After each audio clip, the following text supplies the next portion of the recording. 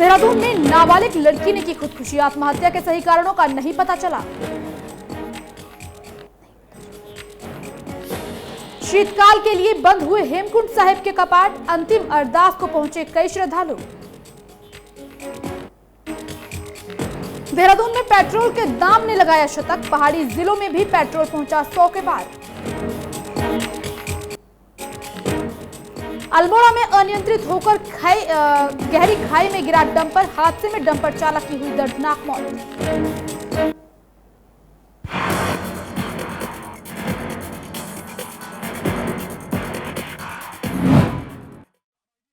नमस्कार, मैं राखी और आप देख रहे हैं न्यूज 31 उत्तराखंड और अब वक्त हो चुका है उत्तराखंड बुलेटिन का। हल्द्वानी में दिव्यांग लोगों के सशक्तिकरण के लिए कुमाऊं को जल्द एक प्रोजेक्ट की सौगात मिल सकती है। जानकारी के मुताबिक करीब 100 करोड़ का दिव्यांग जन सशक्तिकरण केंद्र प्रोजेक्ट हल्द्वानी में बनकर तैयार होगा। वहीं केंद्रीय रक्षा राज्य मंत्री अजय भट्ट के अनुरोध पर केंद्र सरकार ने इस प्रोजेक्ट के लिए सहमति जता दी है। साथ ही करीब 10 एकड़ जमीन पर यह प्रोजेक्ट बनेगा। इस दौरान अजय भट्ट ने कहा कि फिलहाल अस्थायी तौर पर भी सरकार किराए का भवन उपलब्ध करा दे तो दिव्यांग जन सशक्तिकरण केंद्र शुरू किया जा सकता है। बहुत साफ है। आप जैसा कि पता है, सांसद बनते ही पहली बार मैंने उठाया। 20 दिन के बाद जो संसद में हमने उठाया था 0 आवर में, 20 दिन के बाद ही माननीय प्रधानमंत्री जी ने सारी यहाँ की टीम को बुलाकर उसकी जितनी भी बीच में रुकावटें थी उनको दूर कर दिया। अब सिर्फ और सिर्फ हमारी एक रुकावट है कि जो लोगों को विस्थापित किया जाना है उनके लिए जमीन ढूंढना। बड़ी तेजी से जिलाधिकारी नैनीताल, जिलाधिकारी उधम सिंह नगर इस ओर काम कर रहे हैं। कई जमीनें दिखाई भी गई हैं, कहीं पर पसंद भी नहीं आ रही हैं हमारे लोगों को। उचित और अच्छी जमीन उनको मिलनी चाहिए, ये मेरा मानना है।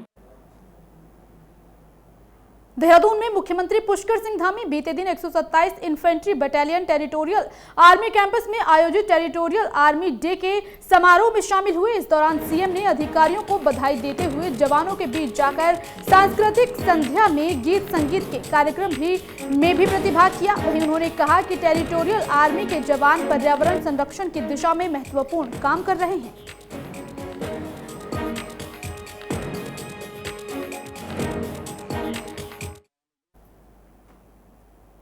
चंपावत में पुलिस की ओर से उच्च अधिकारियों के निर्देश पर इन दिनों ऑपरेशन क्रैकडाउन के तहत नशे के कारोबारियों के खिलाफ सख्त कार्रवाई अमल में लाई जा रही है, जिसके चलते पुलिस ने मीना बाजार में स्कूली बच्चों के माध्यम से नुक्कड़ नाटक का आयोजन कर स्थानीय जनता को नशे के दुष्प्रभावों के बारे में बताया। साथ ही स्थानीय टैक्सी टुक-टुक वाहनों में पुलिस की ओर से नशा मुक्ति जागरूकता के पोस्टर भी चस्पा किए गए। वहीं पुलिस क्षेत्राधिकारी अविनाश वर्मा ने बताया कि नशे की रोकथाम के लिए जागरूकता अभियान के तहत नशे के दुष्प्रभावों के प्रति जागरूक किया जा रहा है।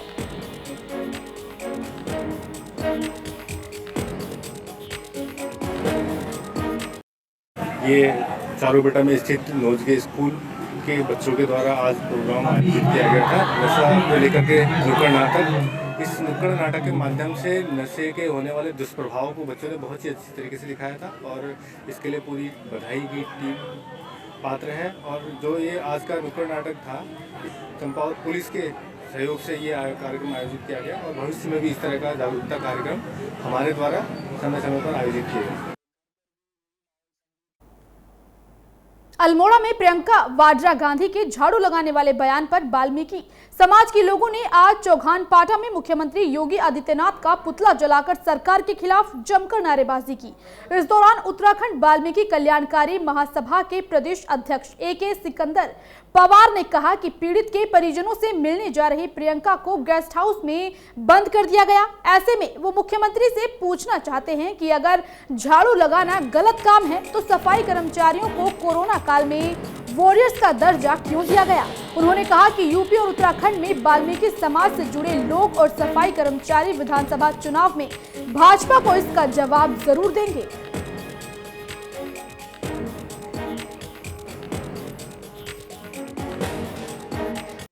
योगी जी से कि क्या झाड़ू लगाना काम करना क्या गलत है।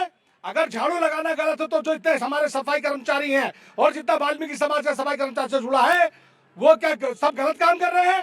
क्या वो किसी लायक नहीं है? मैं पूछना चाहता हूँ कि वाल्मीकि समाज, ये सफाई कर्मचारी किसी लायक नहीं है, तो इन्हें बैरियर का दर्जा क्यों दिया गया? खटीमा में जन समस्याओं के निस्तारण के लिए आईटीआई विद्यालय के प्रांगण में जिलाधिकारी रंजना राजगुरु की अध्यक्षता में बहुउद्देशीय शिविर का आयोजन किया गया। इस शिविर में जिले के सभी विभागों के स्टॉल लगाए गए, जिसमें जिला स्तर के सभी अधिकारी मौजूद रहे।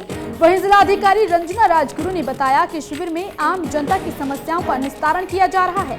वहीं शिविर में कुल 80 शिकायतें पंजीकृत हुई, जिनमें से अधिकांश मौके पर ही निस्तारण कर दिया गया। साथ ही बची हुई समस्याओं के लिए अधिकारियों को 1 हफ्ते का समय दिया गया है। देखिए, आज खटीमा में जो बहुउद्देशीय शिविर लगा हुआ है, इसमें अभी तक हमें 80 शिकायतें और आवेदन पत्र प्राप्त हो गए हैं और इसमें आज सभी विभागों की तरफ से अपनी अपनी योजनाओं के प्रचार प्रसार के लिए स्टॉल भी लगाए गए हैं। तो मुझे पूरी उम्मीद है लोगों ने इसका लाभ उठाया होगा। और जहाँ तक हम शिकायतों की बात करें तो अभी तक 80 प्राप्त हुई है, उसमें सभी को बारी बारी से बुला करके यहाँ पे समस्याओं का निस्तारण। डोईवाला में एसडीआरएफ वाहिनी जोली ग्रांट में वाहिनी का नवा स्थापना दिवस जोश और उत्साह के साथ मनाया गया। इस दौरान कार्यक्रम का शुभारंभ करते हुए सेना नायक Navneet Singh central police canteen का उद्घाटन रिबन काटकर किया गया। साथ ही उन्होंने कहा कि साल 2013 में केदारनाथ आपदा के दौरान उत्तराखंड में एसडीआरएफ की स्थापना हुई और इसी साल से एसडीआरएफ ने राज्य में हर छोटी बड़ी आपदा, सड़क दुर्घटना, जल रेस्क्यू, चारधाम यात्रा, कैलाश मानसरोवर यात्रा, कावड़ महाकुंभ में अपना योगदान दिया है।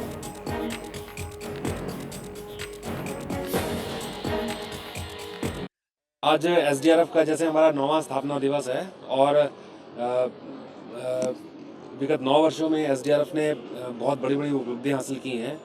कोविड, महाकुंभ, अर्धकुंभ और जो अलग अलग समय पर बड़ी बड़ी आपदाएं आई।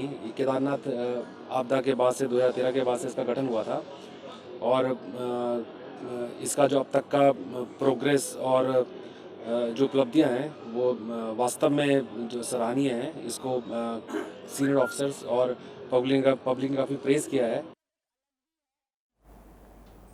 देहरादून में शहीद स्मारक के सभागार में भू कानून की मांग को लेकर बैठक का आयोजन किया गया, जिसमें सरकार से आगामी संभावित विधानसभा के 1 दिवसीय विशेष सत्र में भू कानून बिल लाने की मांग की गई है। साथ ही सरकार से ये भी मांग की गई है कि दूसरे हिमालयी राज्यों की तरह उत्तराखंड में भी सरकार एक मजबूत भू कानून जनता के बीच में लाने का काम करे।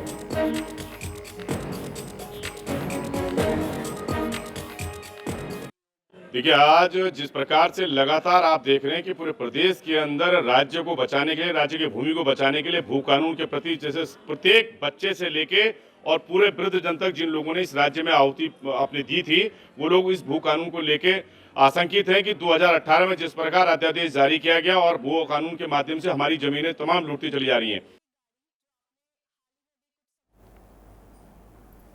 डोईवाला में जल जीवन मिशन कार्यक्रम के तहत हर घर जल हर घर नल योजना के तहत दुधली ग्राम पंचायत में जल संस्थान की 126 लाख की लागत से पेयजल योजना का लोकार्पण केंद्रीय राज्य जल मंत्री प्रहलाद सिंह पटेल और उत्तराखंड के पेयजल मंत्री बिशन सिंह चुफाल समेत स्थानीय विधायक और पूर्व मुख्यमंत्री त्रिवेंद्र सिंह रावत ने संयुक्त रूप से किया।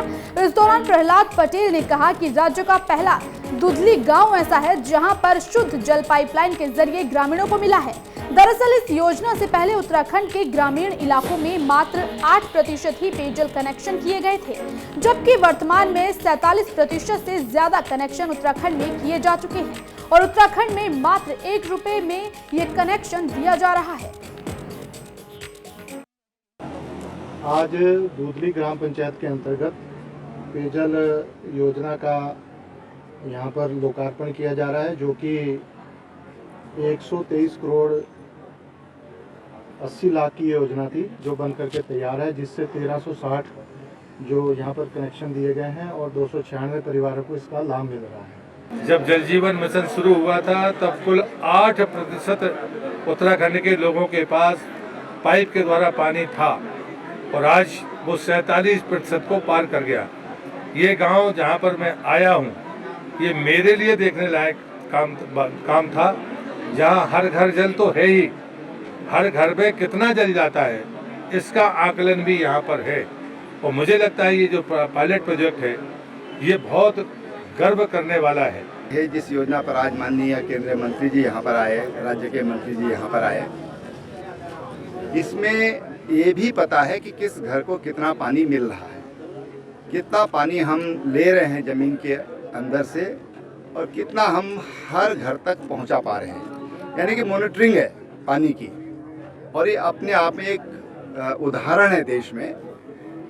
जल जीवन मिशन के अंतर्गत माननीय प्रधानमंत्री जी का जो सपना है कि हर घर नल से जल। और इसी के साथ आज के बुलेटिन में बस इतना ही। अब मुझे दीजिए इजाजत। बाकी की खबरों को देखने के लिए आप बने रहिए न्यूज़ 31 उत्तराखंड के साथ। नमस्कार। उत्तराखंड से जुड़ी तमाम खबरों को देखने के लिए हमारे चैनल को सब्सक्राइब करें और बेल आइकन दबाना ना भूलें।